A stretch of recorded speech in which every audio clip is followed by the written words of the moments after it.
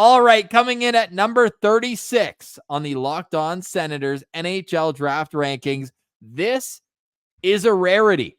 It's an overager, a guy who was passed over just last year, and now he's shot up to the potential of being a late first-round pick. It's Jesse Pulkkinen, a 6'5", 214-pound left-shot defenseman. Simple question, what happened to this guy? Why was he off teams' radars just a year ago, and now he's front and center?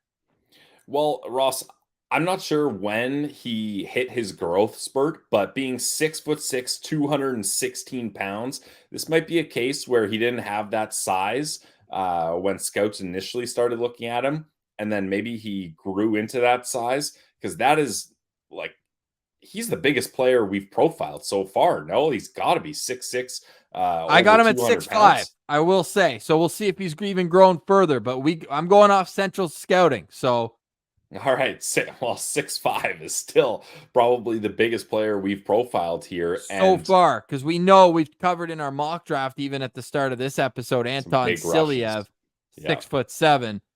Other than that, though, yeah, it's right up there.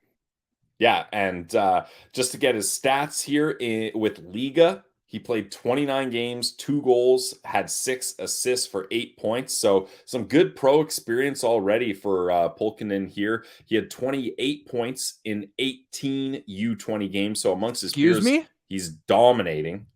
28 points in 18 games? Oh yeah, like this guy clearly was able to get things going so well amongst his own peers that he was able to jump and play a full-time role in Liga. And then Ross, you're going to love this, in the playoffs in the U20 league, in 7 games, 10 points. So well above a point per game pace as a defenseman, a 6'6" defenseman, 6'5", sorry, Ross, a 6'5" defenseman that's above a point per game pace.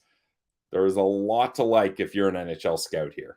There's so much to like. If you watch his U20 tape, it's a complete joke. Like the way he's manipulating the puck and using his size to protect it and then just ripping shots. He's got an awesome release. Really like what I see out of his breakouts too. And just the poise. I mean, you can tell, right? Like he's an 04 birthday, right? We're talking about some guys who are 06s a little like later on. So he does have that maturity, but I also think that like a team like Vegas or a team like, Colorado, these teams that they're just cycling through, trying to continue to keep their window open further and further, you could see a world where this guy in 2-3 years is playing everyday minutes. And to get that in the second round, I mean, it's kind of a crapshoot no matter what. But at the same time, I mean, I think there's a higher probability of a guy who's further. Now, I also read that he only really started taking hockey seriously, like for a career seriously, after he was passed over in last year's draft.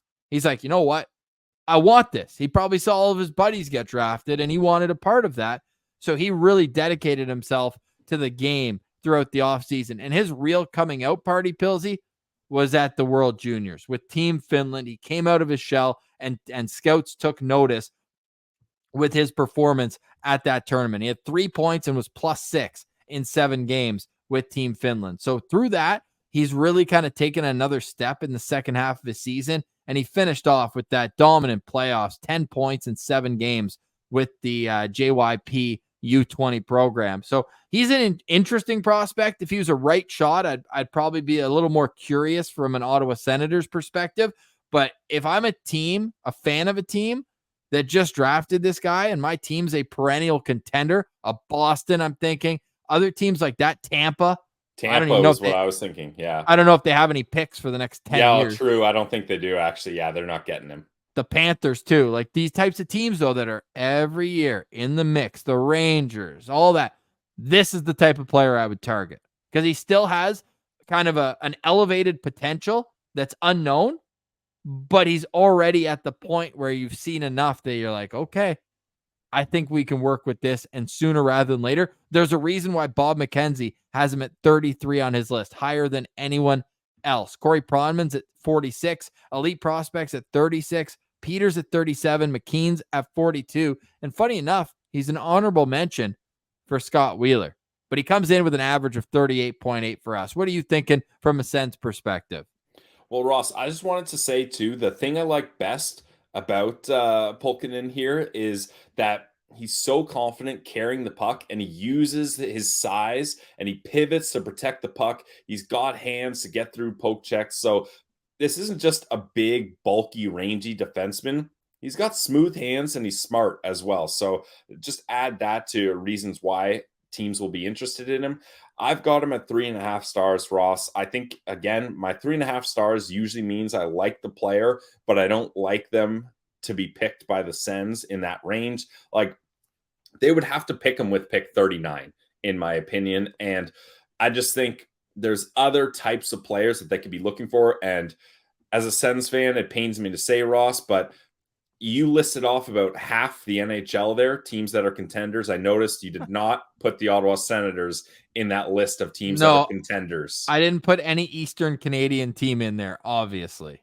Yeah, so the Ottawa Senators, unfortunately, probably not the destination here. Oh, man. Well, for me, I've got him above that cluster of defensemen where I've got Harrison Brunick, who we just spoke about, Alphonse Frey, Matvei Shervin, Dominic Badinka. I've got those guys all in a row.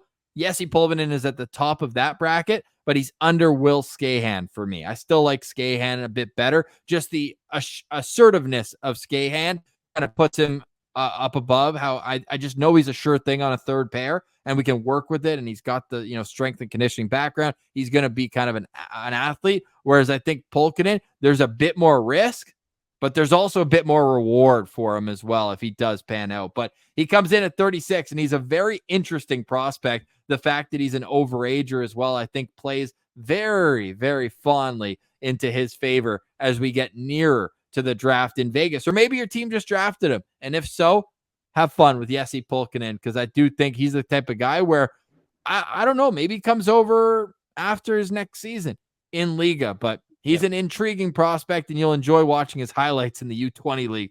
That's for sure. That is Jesse Pulkkinen. For more, go check us out on YouTube, Locked On Senators. All right, hope you enjoyed today's show. Our draft profiles will continue as we are officially into the top echelon of the second round. This is first round territory, Pilsy. We're ever so close, and I'm really looking forward to getting into that 25 range where the Senators have another pick. Yeah, that's the thing. It's so fascinating having picks 25 and 39 because you're a fringe first rounder and a fringe second rounder on either side of that coin. So I'm so fired up that we're finally in this range where we can seriously start considering guys for either of those Sens picks. I'm excited for some more 4-star guys from you. You've been very conservative with the rankings. Well, let me tell you, I've been doing my homework, and preparation Pilsy is showing up here, and I've prepped ahead. I've got a handful of 4-star guys coming up, so the prospects are about to get good. 5? 5, yeah, probably 5 actually. Yes. Woo! Stay tuned for all that. That's Brandon Pillar. I'm Ross Levitan. Have a great day, everyone. Thank you so much for watching, listening, liking, subscribing, engaging with the show. It does go a long way. Please support our sponsors as well: Glebe Central Pub, Farm to Fork, FanDuel, Game Time, all the great sponsors that help us do what we do here at LOSP. Have a great day, everyone. We'll talk to you tomorrow. For Brandon Pillar, I'm Ross Levitan. This has been another edition of the Locked On Senators podcast, your team every day.